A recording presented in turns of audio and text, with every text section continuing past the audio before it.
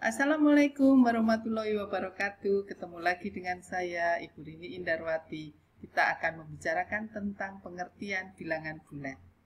Sebelum kita bicara tentang pengertian bilangan bulat, maka kita akan bicara tentang bilangan asli dan bilangan cacah. Untuk di kehidupan sehari-hari, contoh bilangan cacah misalnya, ada Anissa punya satu kura-kura. Maka satu itu disebut salah satu bilangan asli, gitu ya.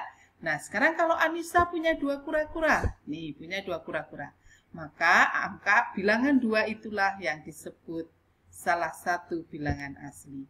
Begitu juga dengan Anissa punya 3 kura-kura, maka bilangan 3 itulah yang disebut salah satu bilangan asli. Kalau 4, Anissa punya 4 kura-kura, maka bilangan 4 itulah yang disebut salah satu bilangan asli. Jadi bilangan asli yang seperti apa? Jadi Anissa punya sejumlah kura-kura kan?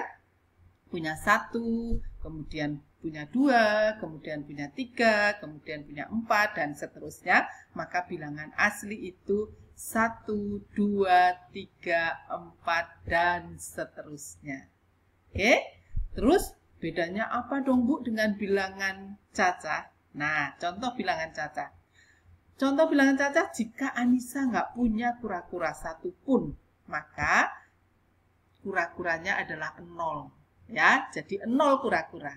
Jadi bilangan cacah 0, 1, 2, 3, 4, dan seterusnya. Jadi bedanya apa bilangan cacah dan bilangan asli tadi? Kalau bilangan cacah adalah bilangan yang dimulai dari angka 0, sedangkan bilangan asli dimulai dari angka 1.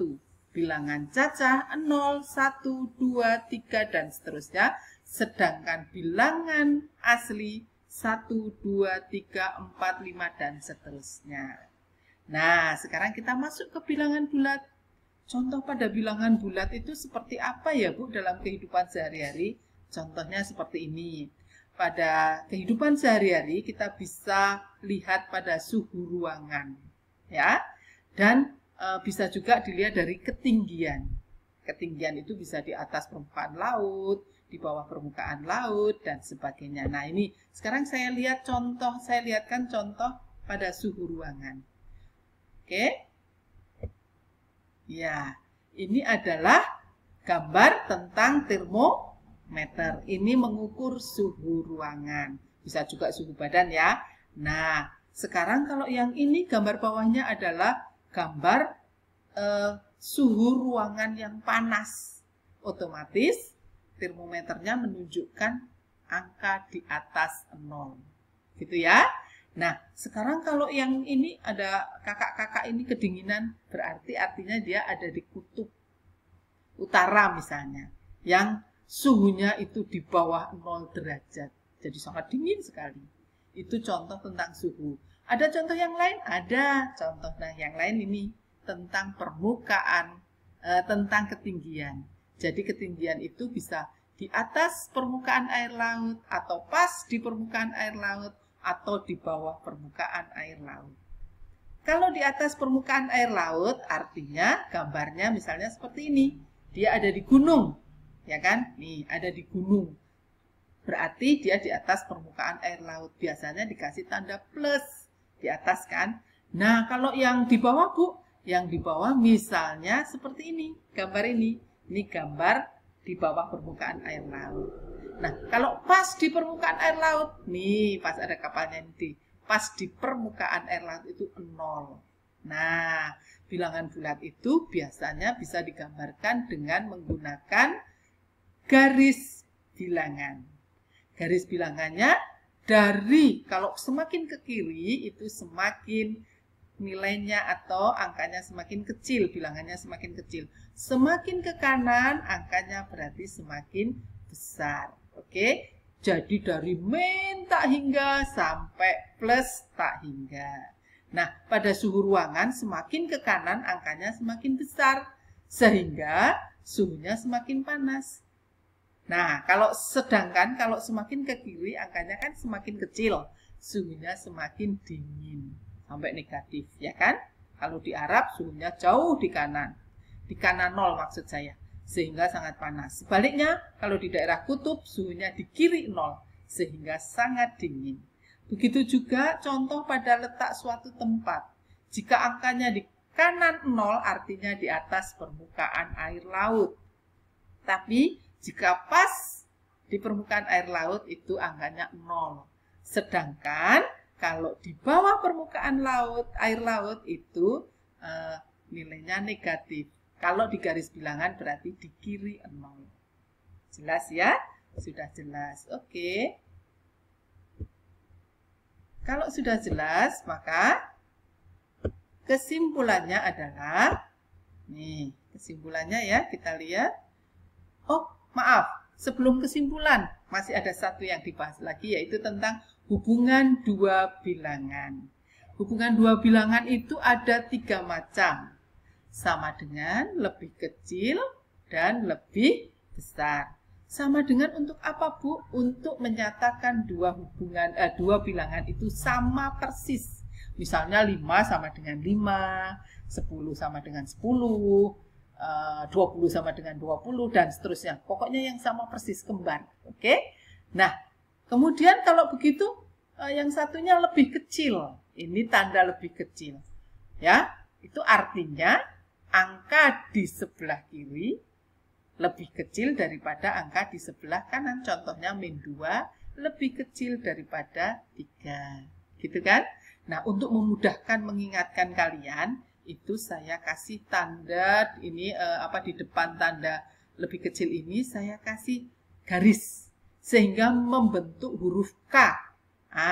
Kalian pasti ingat kan kalau KO artinya singkatan dari kecil, ya. Sehingga ini disebut lebih kecil. Gampang kan untuk mengingatnya? Nah, yang satunya lebih besar.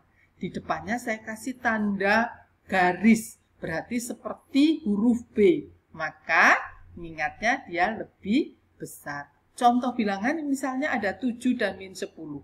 Oh ya, 7 kan di kanannya -10, Bu. Berarti lebih besar. Nah, berarti kasih tanda lebih besar. Karena besar. Seperti B. Gampang kan? Gampang sekali. Oke. Berikutnya, kalau begitu sudah semua ini yang dibahas, maka kita akan menyimpulkan, ya, akan menyimpulkan ringkasan materinya.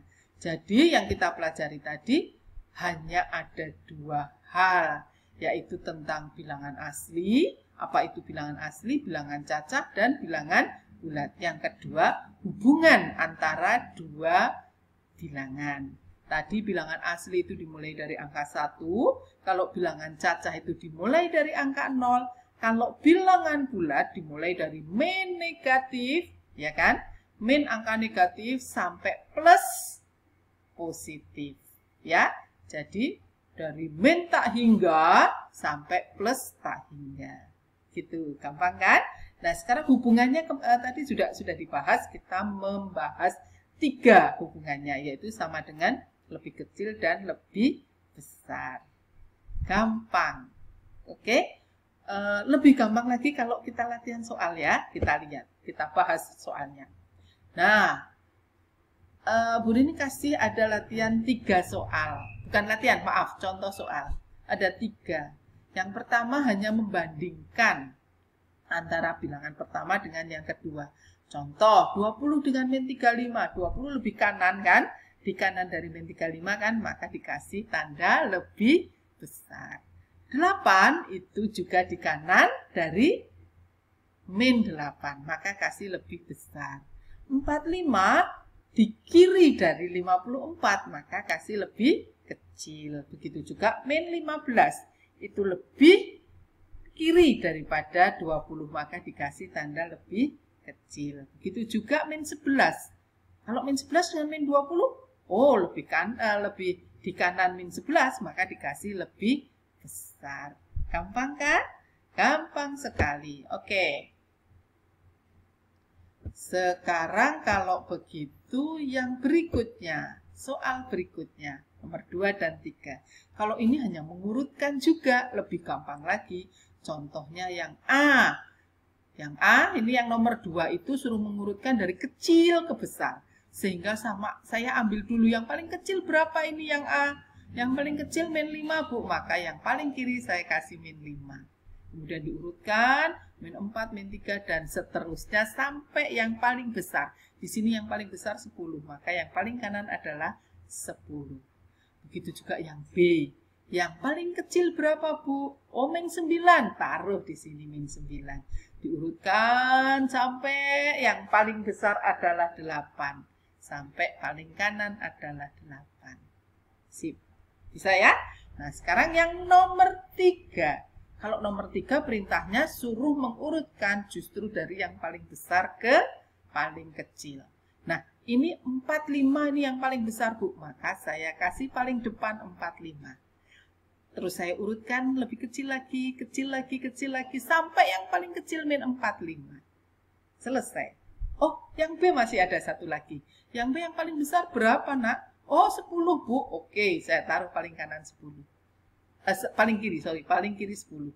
Maka saya urutkan paling depan 10, kemudian lebih kecil lagi, lebih kecil lagi, lebih kecil lagi, sampai yang paling kecil adalah min 5. Gampang ya nak ya? Bisa ya? Pasti bisa. Kalian akan lebih bisa lagi kalau kalian latihan soal. Maka Bu Dini sudah menyiapkan latihan soalnya.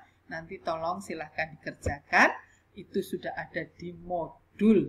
Sehingga kalian bisa lebih paham lagi kalau sudah mengerjakan latihan soal. Oke? Kayaknya sudah sampai di sini dulu. Kalian pasti bisa. Selamat belajar. Sukses buat kalian semua. Wassalamualaikum warahmatullahi wabarakatuh. Sampai jumpa.